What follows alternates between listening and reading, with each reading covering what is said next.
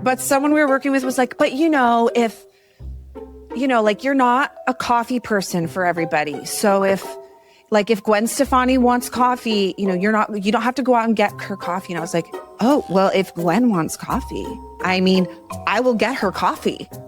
I will do that though. Let's be clear.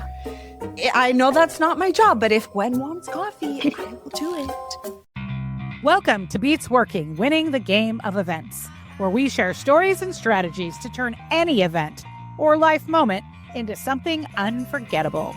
Events are wild, and the people who work in them are some of the most resilient humans on Earth. If you know, you know. So come with us behind the curtain for a look at their most memorable experiences. As they say, the show must go on, so let's get on with the show.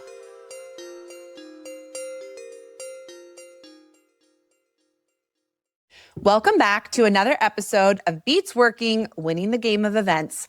Sandra Kelley, who I had the complete joy and pleasure of working with earlier this year. Was this year? It was last year. It was. No, it was this year. It was the just a couple months beginning. Ago. Just time has flown. First week of the year, right out of the gate. She is a freelance technical project manager with over 25 years in the corporate event industry, which you would know because she looks 20. She's originally from South Florida, and now she's based in Atlanta. Began her career in lighting and expanded into a broad, hands-on mastery of technical production, planning, and logistics. She's a master, trust me. She's worked across events, activations, and everything in between, translating big creative ideas into flawlessly executed realities. I can say yes, I've experienced it. When she's not wrangling production timelines and tech specs and event cats, she's building her small business side hustle and spending time with her fluffy husky angel, who may make an appearance today. We don't know. Hi, Sandra. Thanks for coming. Hi, Sandra. Hello. Good day, everybody. Yay. Good day. Thanks for having me. So let me get this straight. You two were hanging out in Vegas at the beginning of 2026. Is that correct? It was a party, but not like a party. It was good. Yeah, I could have taken a roofie and forgot that one. Poor Sandra had about 4 hours of sleep over 4 days. She was living we that did the math. Dream event life. 60 hours. I was outside of the facility for 14. That included eating, sleeping, everything. When you do the math, that was a 3-hour nap and an 8-hour nap over 3 days. So that kills me. Yeah. So we don't recommend that, right? No, this is not normal. This is not a regular gig. We go into this one knowing it's one of a kind, and we definitely do back end. Don't book anything the next week so we can recover. So yeah, it's definitely not a go to the next show kind of show. However, one of the bigger ones I do every year, and completely love the people I work with. It's all about people to me. It's all about relationships to me. The equipment and the buildings are always going to be around, and the situations of stress are always going to be there because we don't all coalesce every time. We're not just Jell-O. Just add water and everybody gets along. So I think that one is one of the ones that's special to me because even though it's super hard in a physical way, it is and challenging mentally. It's one of a kind because some of the best people I know work on that.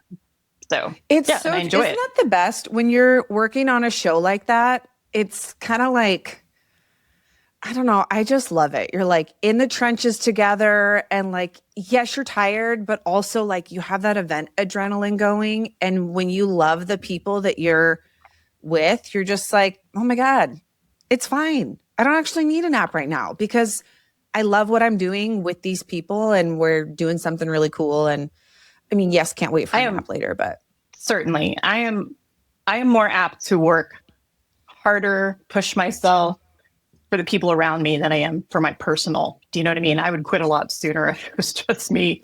But knowing that, you have a team that is giving it their all as well, you know what I mean? And really just, you see people that are on your team and maybe their area is struggling and all you want to do is get done with yours so you can help them. Do you know what I mean? That's that kinship.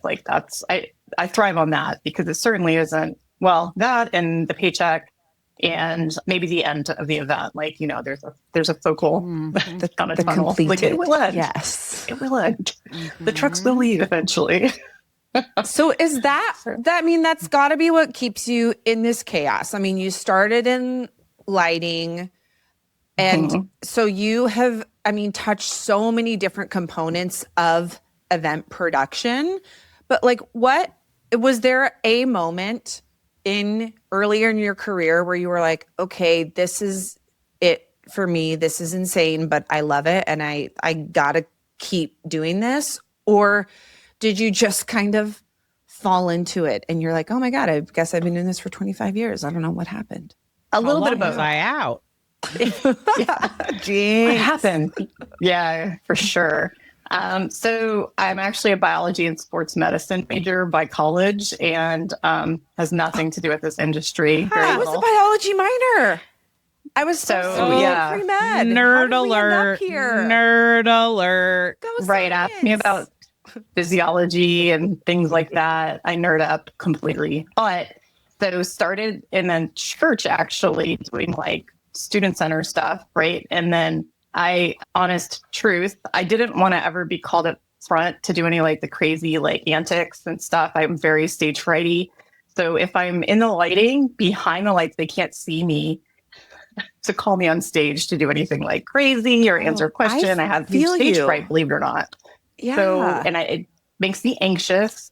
Up until a few years ago, I didn't even want to like test a mic on stage. I would do it, but I would never tell anybody I had stage fright because they'll make me do it every time if they know. Yeah. So it started just being a nerd in the back and wanting to kind of be introverted, and the extroverts got to do all the stage stuff. And then I started working in the local market in Atlanta at the time. I learned lighting and then corporate. So when I was doing the lighting portion, I thought, it would be really cool to be on tour. Like, I want to do rock and roll. I think that was like my, tongue ring, purple hair. Like, I really wanted to do it. And then I ended up I landed in corporate, to which I had we need to make put it like some of those photos Y. on the gram. Yes, Sandra. Yeah, I don't think those exist. But I'm praying they don't exist. But so yeah, from there I ended up in corporate. That was a little bit of a why to like kind of choose what I was going to do, and that actually was just a whole nother bag of options and things. And I learned so much more about not just lighting, but logistics, operations when I was full time at a couple of different houses. And from there on out, in a couple of different genres. So I've been through church, through trade show, association work, breakouts, that kind of stuff. But then went to live event, went to broadcasting during the general sessions, the main tents and activations, everything outside in a parking lot you could ever imagine. And now it's like, I don't know, the things that show up on a show site, and I'm like, oh, that's what we're doing. Okay, great. That's the picture. So now I'm here. So now I get to kind of choose my own adventure. I'm a little further down the road, thankfully. And so I learned, two people taught me something very, very important. And that was take care of your people and they will always take care of you. And so I've always, in a operational or a managerial sort of situation, always have to put my people first when I'm making decisions. Like, how hard are we going to go? How many people do we need to do this job? You know what I'm saying? Like, does it, this person's coming off of 3 weeks straight. They're not going to have time to do the pre-production. So we're going to make sure their area is like good to go, So, but also, my secret is that I love to secretly go get coffee. Like, I want to be the coffee person when I grow up. That's all I want to do. It's like, it's a secret joy. It's so mundane, but I get to get out of the room, go walk for 5 minutes, go get coffee, see how the rest of the people live, and then come back. And I'm like, oh, wow, that was my, some people back in the day would take their 15-minute smoke break. And I was like, I'm going to go get away from here, 5-minute health and wellness. Yeah, what's your drink, Sandra? What's your drink? And do you have different drinks depending on what time of day it is? Great question. So every morning it is a quad latte, oat milk, straight espresso. It's almost always on ice. So I can chug it faster. I don't want to wait for it to cool. I don't want to put it down and forget it where I put it. So that's it. During the afternoon, it's tea, actually. I have switched over to green tea, black tea. That seems to help my voice because I'm talking over a lot of machinery or on radio or whatever. So yeah, you did lose your voice. I do. Yeah. And no matter how much I try not to, it happens. It's just part of, well, that one, exhaustion. Like your body can only do so much. You walk 10 miles on concrete and your body's like, I'm done. It's you have no choice. Yes. I know. At one point when we were working on this event, somebody said to me, because one of the things I did was, go get stuff. Like I went to every plant store in Vegas. It was great. I know all the nurseries so intimately. But somebody was like, but yeah. But I bet you loved that. I loved it. But someone we were working with was like, but if like you're not a coffee person for everybody. So if Gwen Stefani wants coffee, you don't have to go out and get her coffee. And I was like, oh, well, if Gwen wants coffee, I mean, I will get her coffee. I will do that though. Let's be clear. I know that's not my job, but if Gwen wants coffee, I will do it. It's kind of fun. So to clarify, this event was for roughly 15,000 people. And so there are several teams and, some of them were VIP runners, some of them were operational runners. And like you, Libby, you were a godsend, you and the team, of making sure all the shits were covered. And fun. We forgot this. And oh my gosh, we need plants because we need plants. Somebody decided. Everybody does. Yes. I know. And there's another event that we're working on in a couple weeks. And they're like, actually, we need plants. It's like everybody. We all do. Well, I had to get you're bamboo. A plant expert now. Yeah, there you go. There's bamboo on one event that happened up in Portland or Seattle. And oh my gosh, that was like 400 emails over like 7 plants. And I'll never forget. Bless the wonderful lovers. Gentleman. Yes. He was, yeah. Libby, what about your orange tree story? I know. I was just going to say I've told it so many times, but we had a boss one time. Sandra, we were doing a launch event for Cointreau, or, it wasn't really a launch because they've been around for a long time. It was like just some specialty events for them. And my boss at the time here in Seattle, it was like March and when the event was, so this was a few months before, it was probably January. He was like, why don't we just buy some orange trees? I was like, okay. And actually that's not true. I think it was like a June event because it was on a rooftop. But he was like, let's just buy some orange trees. And I was like, in Seattle? I was like, and then what am I going to do with them? He's like, we'll just put them around the office. We'll just decorate, use them for decor. Yeah. And I was like, he wasn't from here, obviously. And I kind of like walked into Lisa's office and I really quietly, I was like, he wants me to buy orange trees and then keep them in the office. She was like, don't go in there anymore. Don't listen to anything he says. Just come in here.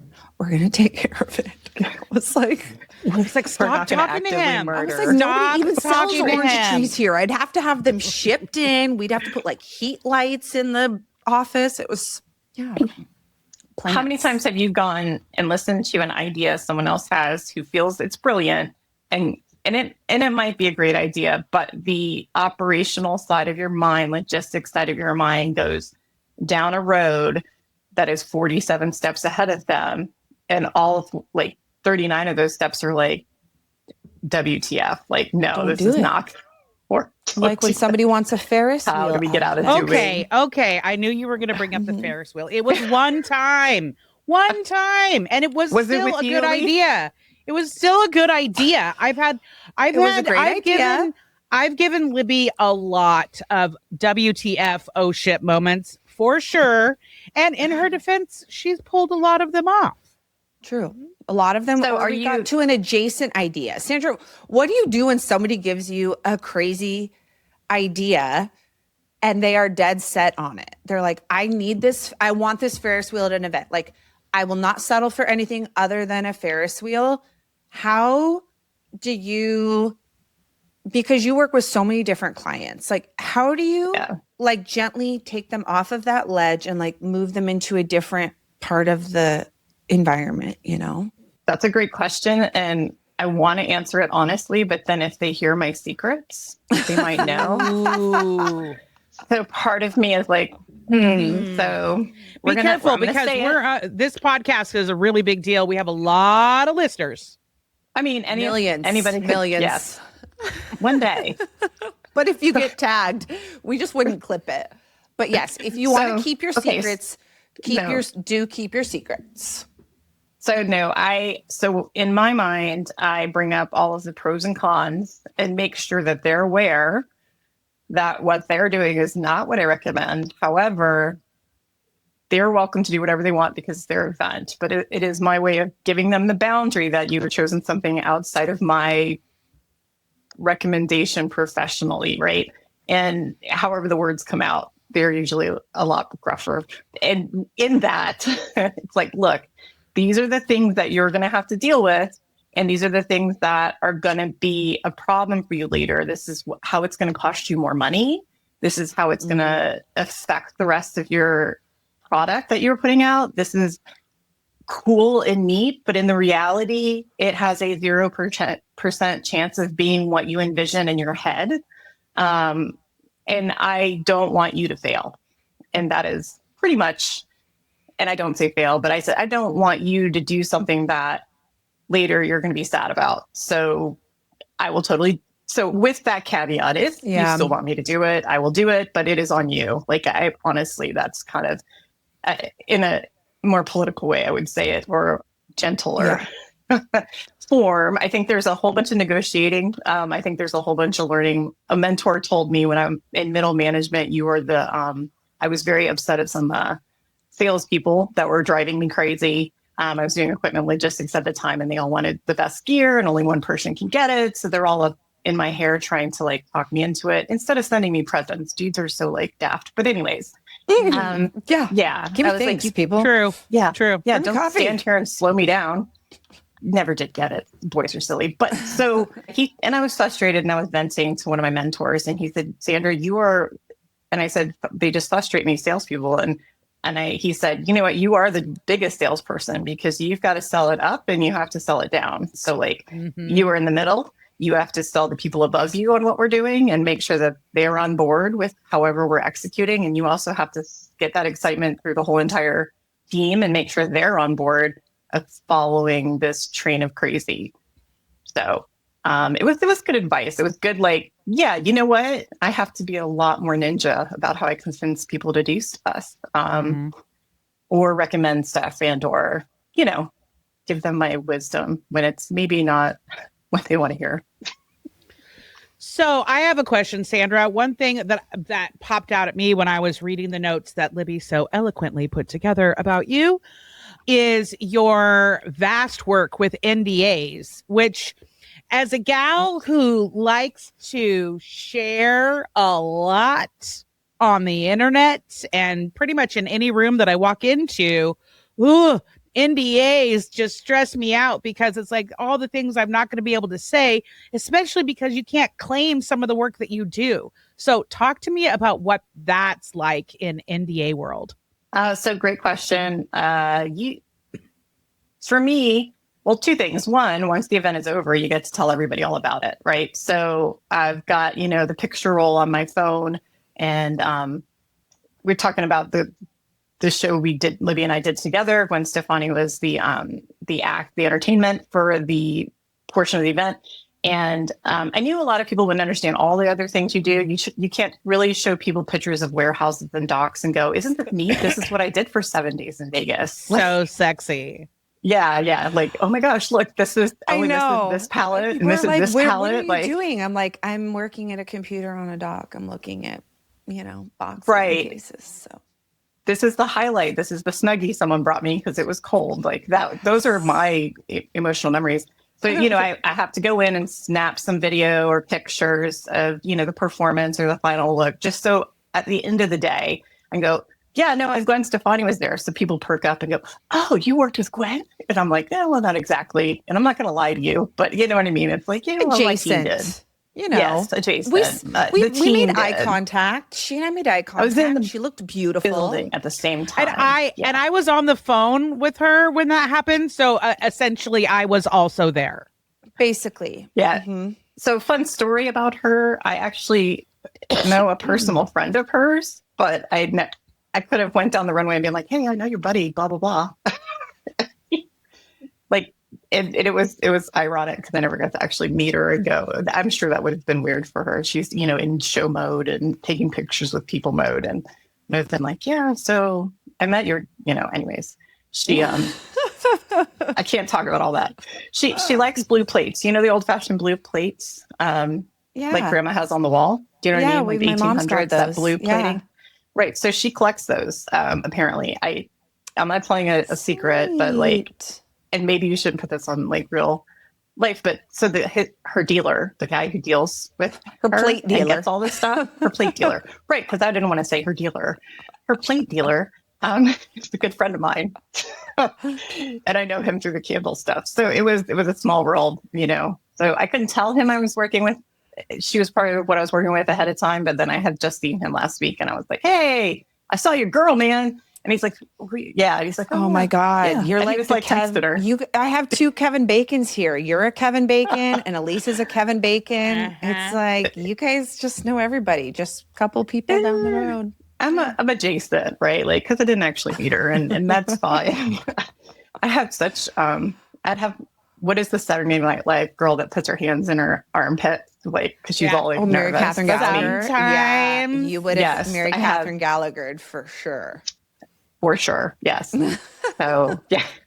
So to end, I guess, I don't know, to end that answer question so at the beginning of I just I'm very cautious about what's up on my laptop when I'm working at a different show. 1, 2, no names. I just always say, you learn to say things like client, colleague, this group I'm working with.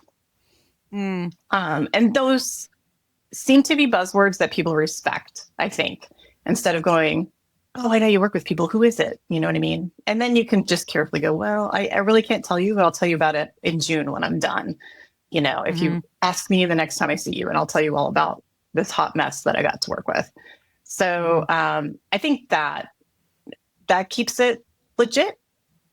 I don't know if that's a great answer. And I also, you asked me for like Facebook and Instagram and all that. And it's ironic. I don't do social media almost at all. I did for like candle stuff, but not as of like 2015, I stopped doing social media. And that was a personal trace for me.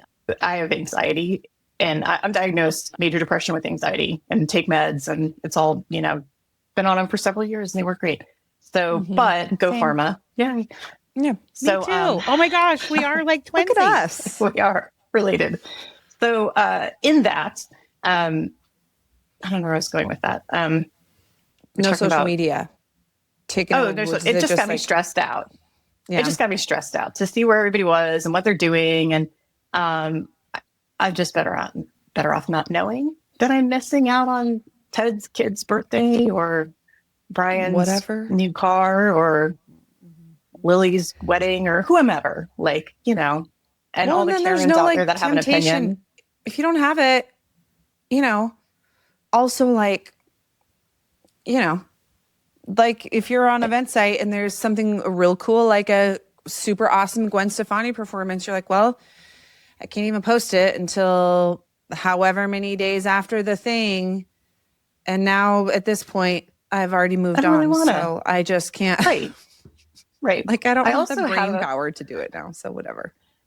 I also had a fun story where I was like I was a rep to a specific client, like an account manager, and they had several teams, like 20 or 30 different teams that worked with their different clients. And if they saw that I was like in Vegas working still, say it was like 8:00 at night, hey, I'm going out to dinner. And I would, you show a picture of having dinner. And I would get a DM, hey, can you work on that quote for me? Since you're 3 hours behind me. And it was like, no, it was too much access. So it was too much access and I had to make too many boundaries. And that's a whole nother like level of stress that I didn't want. So if you don't know whether I'm sleeping or eating Mexican, that's probably better for everybody. So, wow.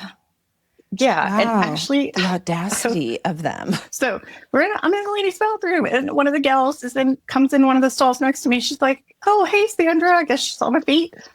And starts talking about one of the shows. That's coming up, and I need to get this information to you. Privacy. Oh my God, it's like No. children. They just follow you everywhere.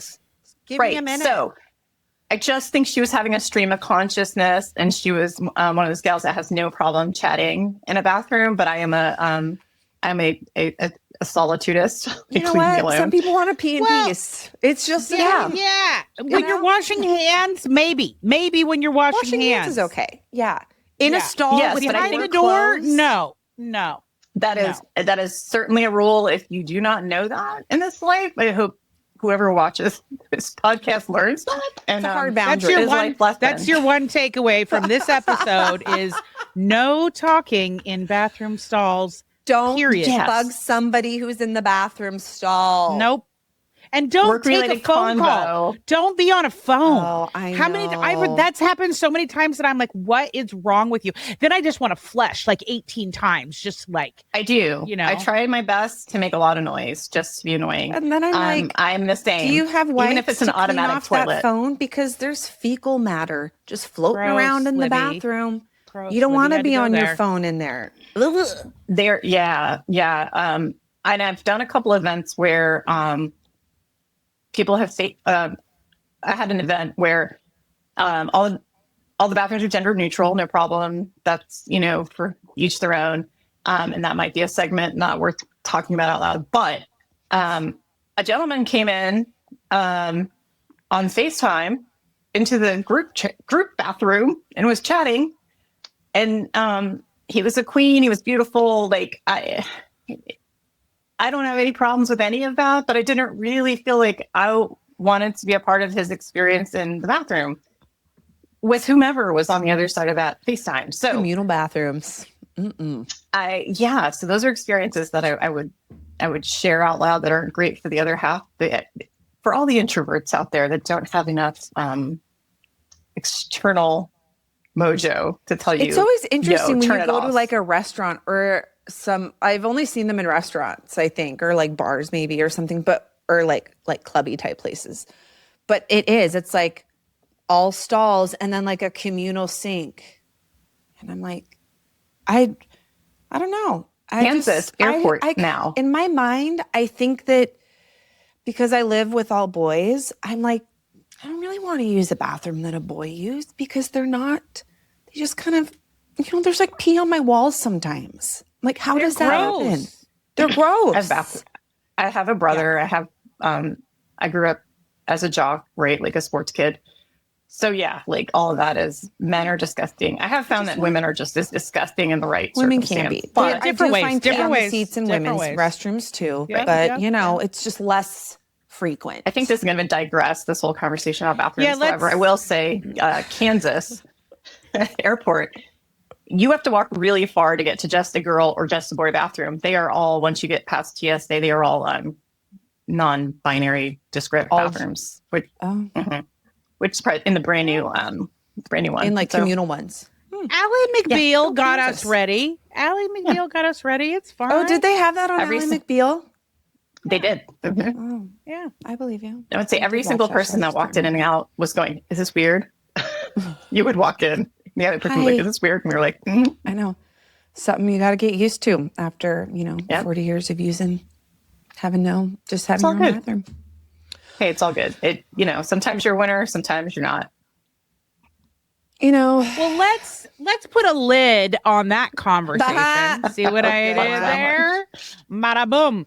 But I have another question about like being in freelance. Like that takes chops, right? Because you are established. You have established clients that you're working on certain events year after year after year. But it's still a lot to be your own boss, right?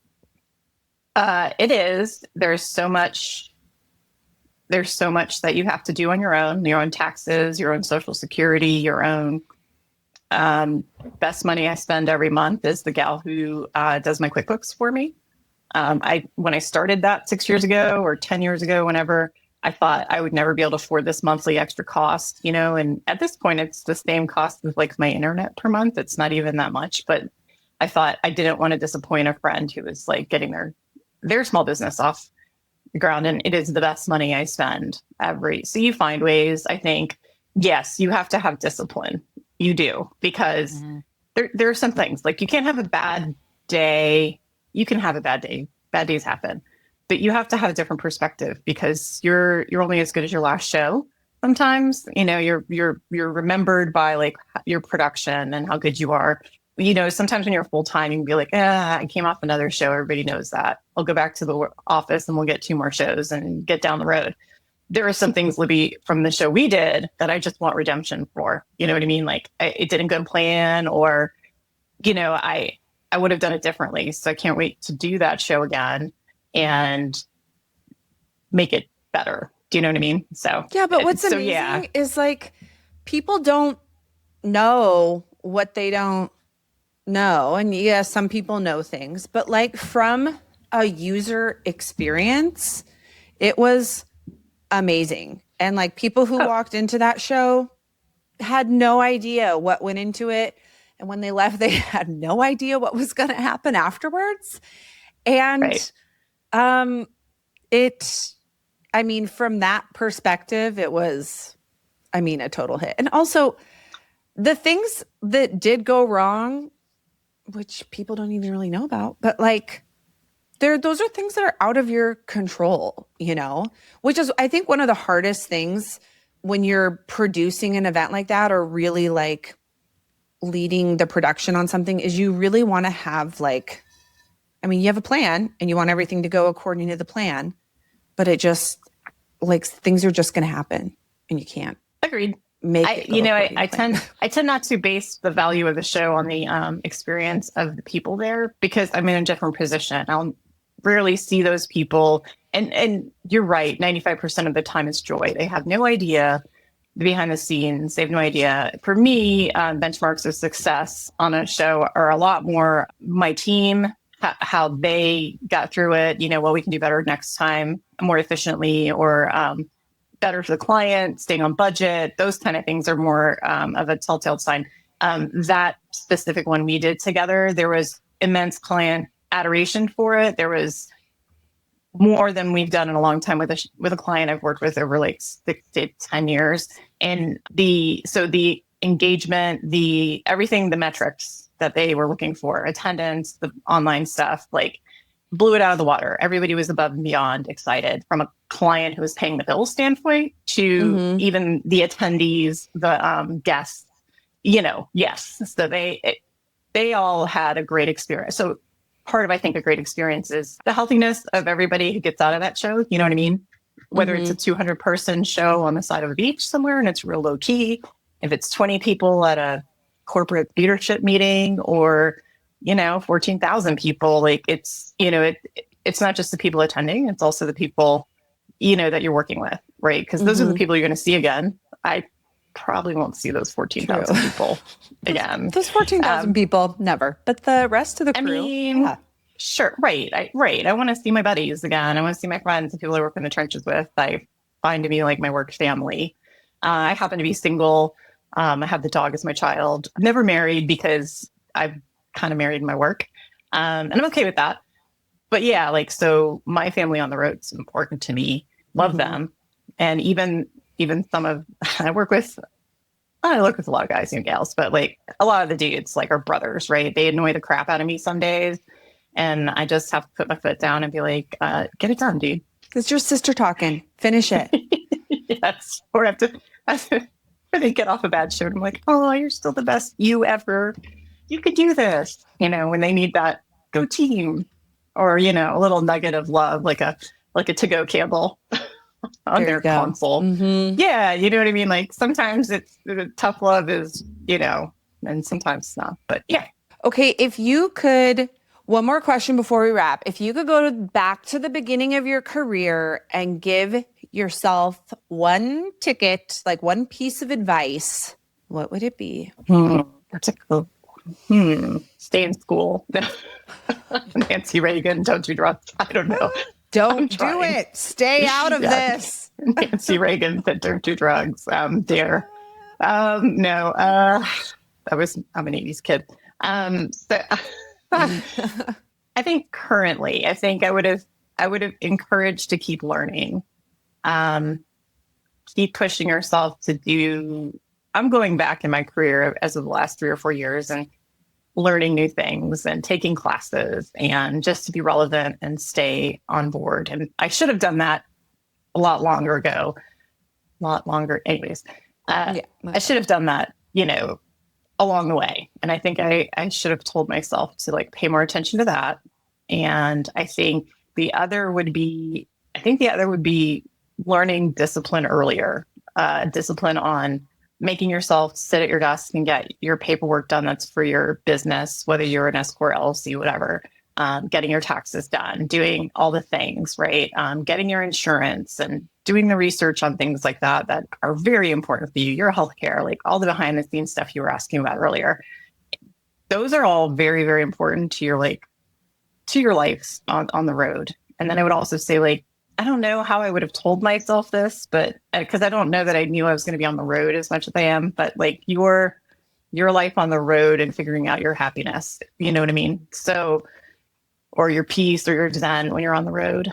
What I do at home to be my downtime and stuff, and what I do to keep myself, whatever is a complete, like, I feel like I'm a Jekyll and Hyde, right? Like the person I am at home has nothing Living a to do with different the person I am on the road. Yes. I am 100% in this whole week. I think I've left my house twice, and it was like groceries one time. And dreamy. I mean, yes. So if I can get away with that, like I'm in heaven. However, and I don't have to see people. I get to where I don't even want to text people. I'm the worst. But on show, I'm the over communicator. There's 72 different ways to communicate to me. I've got an earbud in one ear, a different earbud from a different, so one is my phone. One's your radio, one's your phone. One's my radio. Yes. And then there's about 7 different, whether it's, oh my gosh, if there isn't 57 ways to communicate digitally, that's right. So those are all turned on. I don't know how the transition has to be crazy for everybody. I'm always interested on how like people can turn their brains off after seeing like blue screens all day long. But you gotta that's good because you go home when you're not on the road and you're like protecting your peace. And like, that's just a way for you to reset. And I totally get not wanting to talk to anybody because I get done with these and I'm like, my family's like, hey, remember us? I'm like, nope, can't talk to you right now. My dog's like, let's go. She's a husky. So everything is all about like, she thinks we're going to do the Iditarod any day now. Oh, angel girl. Mm-hmm. Mm-hmm. I know. She's not with us, but she'll be up every 2-3 hours. I'm like, Mom, get off all the conference calls. Let's go. But she's the best because she makes me walk a couple miles a day in the neighborhood. And then, I take her in the Jeep and we go running around doing errands. And, but she keeps me active. So when I do get on Joe's site, I am not a complete, See, what would we do without Angel? Mm-mm. I know. She's integral, I tell you. And she keeps the people who make the lint rollers in business. Oh boy. She's the fluff master. Boy. Yeah. Do you guys have dogs or cats or? No. Libby has children. Libby has children. I have one dog right now. I used to have 2, but I have one, Bella. She is the queen. She is the queen of the castle. She's already had her puppuccino today and her chicken nuggets, and she's somewhere napping. What a life! Probably just what kind of dog is she? She is a rescue, but she's Boston Terrier Frenchie mix. She's very big for a Boston. She's like 32 pounds. So little kids, and she's black and white spots. She literally looks like a baby cow, especially because she was saved from a breeder. So like she's got the udders and everything. Oh, poor baby. Aw. She lives a dream life now. Delightful. Yeah. Mm-hmm. And I also drive a Jeep. So now that we've established that Elise and Sandra were separated at birth, basically. In the 80s, obviously. 2007, 4-door Sahara, silver hardtop, 35-inch tires, 20-inch wheelbase, or 20-inch rims. Yeah. All right. I'm a silver. I'm a new transmission. I'm It's in the middle back. gunmetal silver Wrangler 4-door hard top. So we are not too far away. Do you have ducks? Do you have ducks? I do, and they're all underneath the seat. So ask me why. It's because I clean the top, and then I have to put them all back up. And yeah, no. Unless do you like secure them with glue or sticky of some sort? I finally did. I got the little double-sided tacky dots. The glue dots. The glue dots, because I was tired of them. Like, I'd take a wild corner and it's like all the ducks would go. And so I was like, all right, enough of this.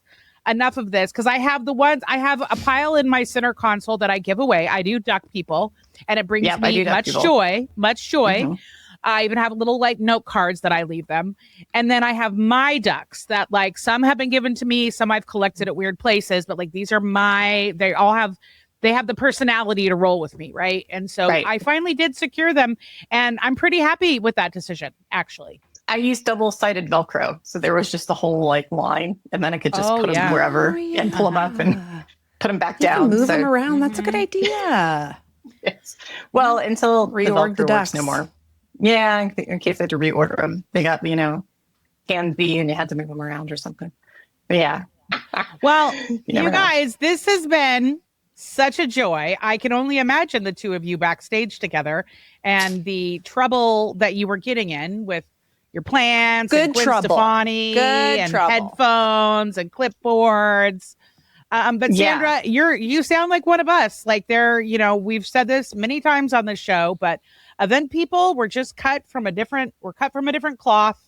We're cut from a different cloth. And if you love it, you love it. And you clearly do. Yeah, I denied it for a long time. And then I figured out this is who I am. I'm unique. I love it. It doesn't stress me out, actually. He's accepted the reality. It's crazy. Yeah, this stuff I love. Yeah. Love it.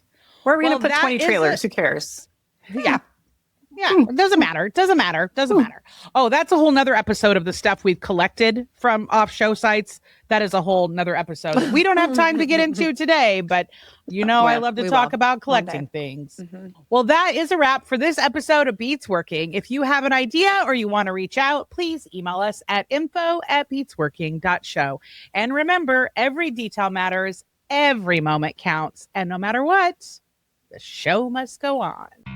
Thanks for listening to Beats Working, Winning the Game of Events, where we explore what it takes to make moments unforgettable. If you're leaving with a little more inspiration, a little more perspective, and a big side ache from all of the laughing at our funny jokes, then we've done our job. Beats Working is a Work P2P production. If you've enjoyed this episode, please don't forget to subscribe, rate, and review us on your favorite podcast platforms. Your support helps us keep the magic going.